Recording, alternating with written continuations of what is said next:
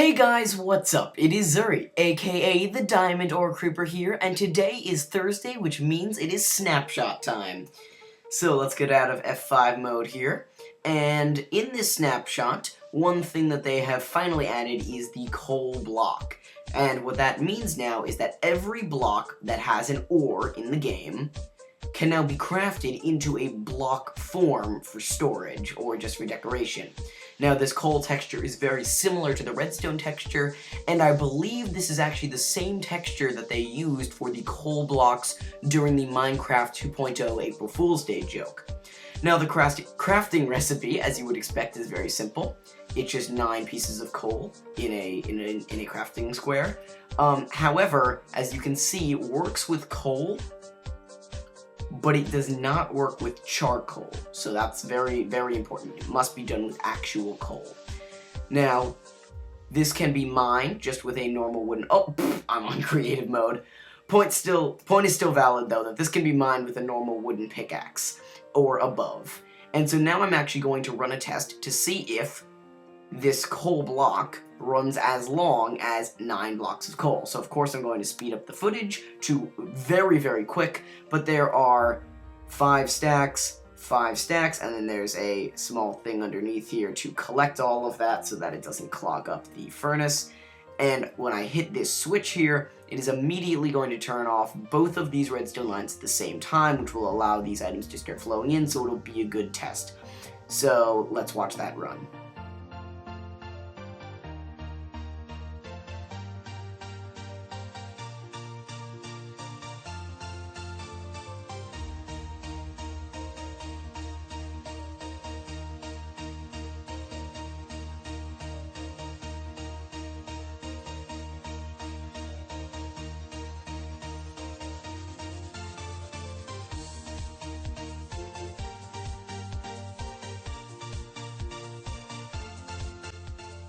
Okay guys, so as you saw, they stopped burning at exactly the same time and used the exact same number of items. So it's a perfectly good, logical, fair system. The 9 pieces of coal to give you the block, they burn for the exact same amount of time.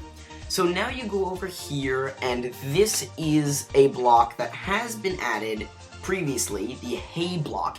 But now they added a crafting recipe for this, and the crafting recipe is just what you would expect. It is just wheat in a formation like this, and it will give you the hay block. Now, you can use the hay block to actually feed horses, just like you can use regular wheat. Now, if you move over here, here is something that a lot of people are calling a leash, but that is actually not its name. If I knock this off here... Oh, that didn't work at all. It is actually, as you can see, called the lead or lead, as far as English goes. It can be pronounced either way. I believe it's called the lead in the sense that, you know, you right-click an animal with it and you can lead it where you want to go.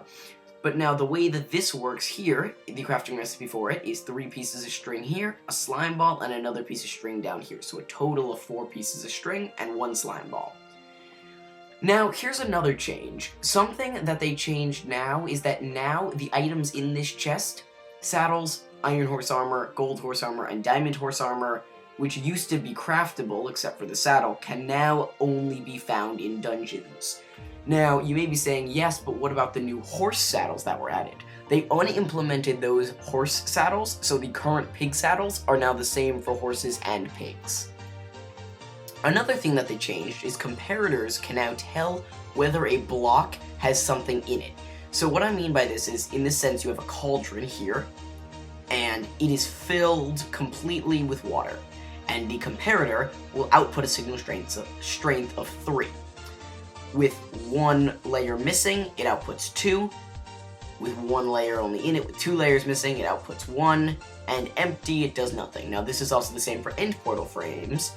When it has the ender eye in it, it outputs a full signal, the full thing that you would get from, you know, just any type of torch, redstone torch, or a redstone block, or a repeater, anything like that, it outputs the full signal, and empty, it outputs no signal, so 0 and the full signal. Now, here's another great thing that they added. Before, as a lot of you would know, when you had lava, it would often, you know, take a long time to disappear, but they have now changed this, that when you take out the lava source block here in the middle, it sends an update to all the other blocks, and they immediately start to disappear, and they disappear fairly fast. So anyway guys, I'm really sorry about that, my zombies despawned, but basically what I wanted to show you here is that they have now changed something that they added in the last snapshot, where zombies would spawn in more friends, so that they can now only do it under certain specifications. It needs to be under a light level of 10, and a lot of other things, and they also made it much more rare, so I hopefully will be able to show this by doing this. Yep, oh, nope, we only caught one of them on fire, or a few of them. But anyway, they were on fire there, and maybe if I can like drop a bucket of lava, and then pick it back up. So as you can see, they're burning, and they're on fire, and there's lots of zombies dying all over the place, but there's no more zombies dropping in. So guys, another thing that they said that they fixed is they said that they fixed a glitch with the arrows appearing on maps as green. Now, as you can see, they clearly did not fix it. I'm not sure what that's about. Specifically when you put them in item frames, the arrows on map appearing to be green. Now, I have not tested this outside of Superflat. It could have something to do with that, but I doubt it. But as you can see, at least for me, it is not fixed. Another thing that they changed is now carpets can be placed on solid blocks and transparent blocks. However, in my testing, they cannot be placed on top of fences. They can be placed here and there and everywhere, but not on the tops of fences. I do not know what that's about. So another thing that they fixed is that there used to be a glitch where if you had, let's say, a skeleton shooting a snow golem, when it killed the snow golem, the skeleton would continue shooting in that direction as if the snow golem were still there. And this made it very, very easy to make infinite record farms. Unfortunately, they fixed this, so that's broken. Now, lastly, this is a machine that I built. If you go all the way back here, all the way to here, and you remember this over here, you can see that this can actually very easily be used to sense rain, because whenever you have a cauldron out in the rain, pretty soon it will start to gather water, and then you can sense that water based on this output. So what I've done here is I've actually made a rain detector. Now, what this basically is this is the only cauldron open to the air. So when it starts to rain, this will fill with water, and this will immediately output a signal. Now, when it outputs one block of signal, you can take that and have an output going to here, which can maybe do whatever you want, some kind of rain detector, into a memory cell.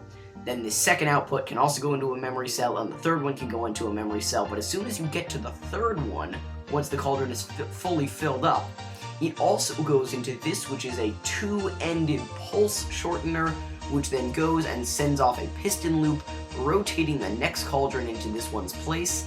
And lastly, this section over here, by the time a cauldron that is filled with water comes all the way around to here, it outputs the signal here, and lights up this redstone lamp, telling you that your machine is, at this point, half done. Now, if you wanted to do this a different way, you could come over all the way from here and get a signal output, but you'd have to do some rearrangement with the wiring and pull that signal all the way over to here to tell you when your machine was fully done. So let's actually test this now. I'm going to cheat a little bit and just put a bucket of water in. And when I do this, you will be able to see that immediately it will light up all this redstone and get pushed out of the way. And there you go. And then again. And again, and again, and again. So this is working very well, as you can see. It's pretty simple, actually. It's just a piston loop with some simple timing. And as you can see by this point, it is half filled. Now, unfortunately, there's no way that I know of that allows you to remove the water automatically from a cauldron. You can do it, manually, but with a bucket or with glass bottles. But as far as I'm aware, there's no way to do it automatically. So for now, that's why I have this indicator here, so you can come and remove it manually so your machine never breaks. So anyway guys, I'm a big fan of the Snapshot. I hope you guys are too. They added a lot of really good stuff, I think. So if you like this video, please like and subscribe for more content. And thank you guys so much for watching. Bling bling, hiss hiss, boom. I'll see you next time.